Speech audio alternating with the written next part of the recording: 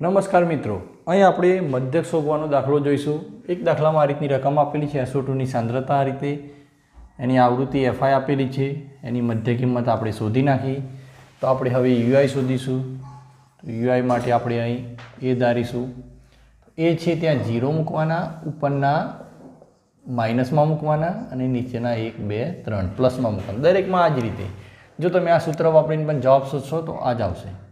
પછી FI UI, FI અને UI તો 4 × -2 તો -8, 9 × -1 તો -9, અહીં 0, 2 1 2, 4 2 8, 3 2 6.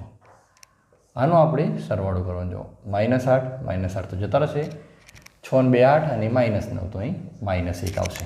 હવે આનું સૂત્ર છે x bar is equal to a plus sigma FI UI ભાગ્યા સિગ્મા FI ગુણ્યા h.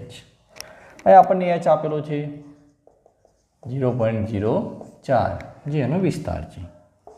અહીં આપણે 0.10 પ્લસ સિગ્મા FI UI કેટલા આવે? -1 ગુણ્યા 0.04 30.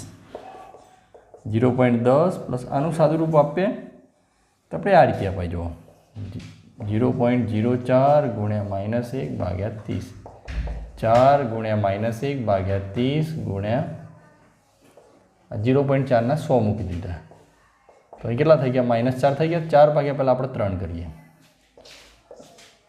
4 ભાગ્યા 30 કરીએ તો પોઈન્ટ મૂકવો પડે પહેલાં. અહીં 0, 30 એકા 30, 10 વધ્યા, 30 તાલી, અહીં પહેલાં 0, 30 તાલી 90, 10 વધ્યા 0, 30 તાલી 90. તો આ રીતે આપણો જવાબ 0.33 ચાલશે. એ નીચે 100.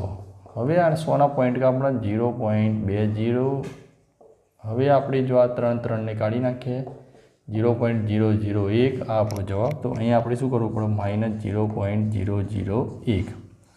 હવે 0.10માંથી -0.01 બાદ કરવા હોય તો 0.10 અહીં 0 મૂકી દઈએ, -0.001 અહીં 10, અહીં 9, અહીં 0,